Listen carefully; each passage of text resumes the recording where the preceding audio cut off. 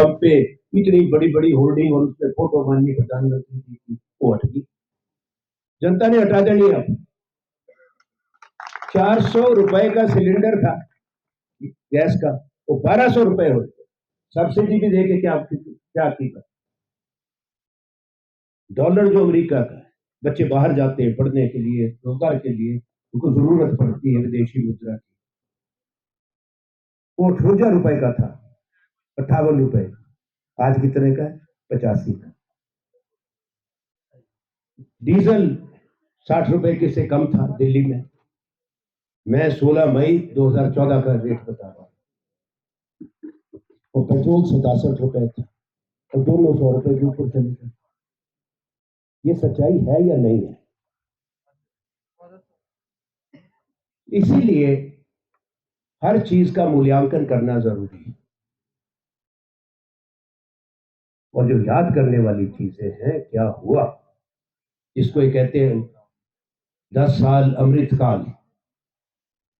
इस अमृतकाल में जो जो हुआ, मैंने कुछ रोजगार की बात कह दी, महंगाई की बात कह दी, और मत भूलना कभी वो कानूनी अधिकार किसने दिया? हमारी सरकार दे के गई। स्वास्थ्य का अधिकार हमने दिया, शिक्षा का अधिकार हमने दिया। अब मेरी बात को गौर से सुनो, अगर ये ना किया होता मनरेगा और खाद्य सुरक्षा का अधिकार, तो जो महामारी आई थी अभी कोविड की, उसमें क्या होता? गरीब का मजदूर का क्या होता अगर ये ना होते अधिकार? आज सरकार को देना पड़ा। ये जो कहते हैं मोदी जी ने राशन दिया, मोदी जी कैसे नहीं देते? कानूनी अधिकार है भारत के नागरिक का, देना पड़ता है। वो आपको मिला। अब मैं सुनता हूं आपके हिमाचल के हमारे पूर्व मुख्यमंत्री जी, वो कहते हैं, और बीजेपी के और भी बड़े नेता, कि हम जो कहते हैं वो करते हैं। भाई, कम से कम सच बोलने की आदत है। सच्चाई से इनका हमेशा झगड़ा रहता है। देश में जो विविधता है हमारी सूबों के बीच में, वहां इनका झगड़ा रहता है। हम कहते हैं देश को एक रखो, हमारी सोच समावेशी है, उसमें लकीरें खींचते रहते हैं। उत्तर और दक्षिण भारत के बीच में लकीर खींचो, पश्चिम और पूरब के बीच में लकीर खींच दो, तनाव और टकराव ला दो, वो दिखाओ ऐसा कि जो हमने कहा था सब कर दिया। इसलिए ये मौका होता है वोट का, क्या तय करते हैं आगे आने वाले 5 साल। देश का तो भाग्य, बच्चों का भाग्य कौन संवारेगा, कौन संस्थाएं बनाएगा, कौन रोजगार पैदा करेगा? इतना नहीं, कराना जरूरी है। कुछ बातें कहना जरूरी है। अगर याद नहीं दिलाएंगे, कई बार लोग भूल जाएंगे कि आपको क्या कहा था और क्या हुआ। 2 करोड़ रोजगार 1 साल में पैदा करने की बात की गई थी, क्या वो रोजगार मिला इस देश के अंदर? 20 करोड़ रोजगार पैदा होना चाहिए था हमारे बेटे बेटियों के लिए, वो हुआ है? सबसे ज्यादा बेरोजगारी आजादी के बाद हिंदुस्तान में अब है, नौजवानों के अंदर। ये चिंता का विषय। समाज के हर वर्ग को न्याय की बात कही थी, किसान की आमदनी दुगनी करने को कही गई थी, और ये उसको बनाने में दशकों लग गए। बड़ी संस्थाएं बनी, उन संस्थाओं से शक्ति मिली हमारे देश के बेटे बेटियों को देश में और दुनिया में अपना नाम कमाने की, राष्ट्र निर्माण में योगदान करने की, दुनिया में अपनी पहचान बनाने की, जो भारत के लोगों की, हमारे प्रोफेशनल्स की बनी। जब चौथी बड़ी क्रांति आई संचार की और सूचना प्रौद्योगिकी की, इंफॉर्मेशन टेक्नोलॉजी, जिन राजीव गांधी का मैंने जिक्र किया, आपके हाथ में स्मार्टफोन है, सब ये भी फोटो खींच रहे हैं, उससे रिकॉर्डिंग कर रहे हैं। स्कूल में भी अब बच्चे स्मार्टफोन या फिर आईपैड, कंप्यूटर है, लैपटॉप है। भारत इस क्रांति से जुड़ा, हमने इसकी अगुवाई कर ली, हम दुनिया में आगे चले गए, वो भी राजीव गांधी की देन। कि कोई 2014 में बीजेपी की सरकार या नरेंद्र मोदी जी माननीय प्रधानमंत्री नहीं लेके आए थे, वो भी जेल में लेके आए थे, देश में तो पहले आ गया था। तो कहते पहले कुछ हुआ ही नहीं।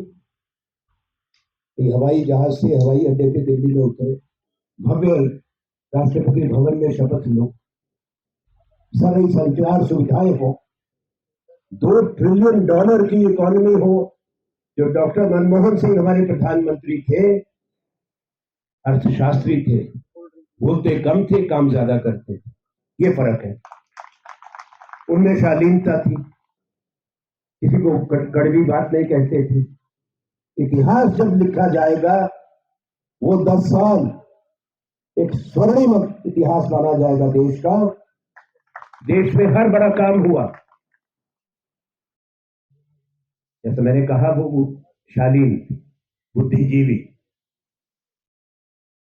और देश की राजनीति को, देश की अन्य विधानसभाओं को हमने एक नई दिशा देकर जो है वहां चुनी हुई सरकारों को षड्यंत्र के माध्यम से, खरीदो फरोख्त के माध्यम से जो प्रयास हैं वो निष्फल हों, ऐसा संदेश हमने सारे राष्ट्र में दिया है, जो हम सब के लिए गौरव की बात है।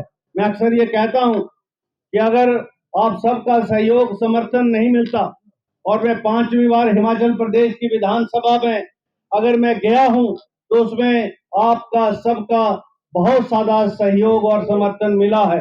मैं आभारी हूं 26,000 लोगों का, जिन्होंने मुझे 5वीं बार हिमाचल प्रदेश की विधानसभा में जाने का मौका दिया, और हमने जो कहा था वो करके दिखाया। नारा भी हमारा यही था कि काम किया है, काम करेंगे, झूठे वादे नहीं करेंगे। और ये हम आज यहाँ माता नागनी के इस आंचल में है, प्रांगण में है। माता का यहाँ हमारे जो देवी देवता हैं स्थानीय, यहाँ पर जो शक्तियां के मंदिर हैं, चाहे वो हमारा खां माता का शक्ति हो, कुड्डे वाली का हो, नाग छतरार हो, नाग भंडार हो, या नाग विद्रु हो, या नाग माता गुआनी हो, इन स्थानीय देवी देवताओं का भी आशीर्वाद हमें मिला है। और हम यहाँ से जो आज, चाहे वो 12 से 15 महीनों में सारे चुनाव क्षेत्र में काम किया है, और मैं कह सकता हूं इस मंच के माध्यम से कि हमने जो पिछले 5 वर्ष नहीं हो पाया वो करके दिखाया है।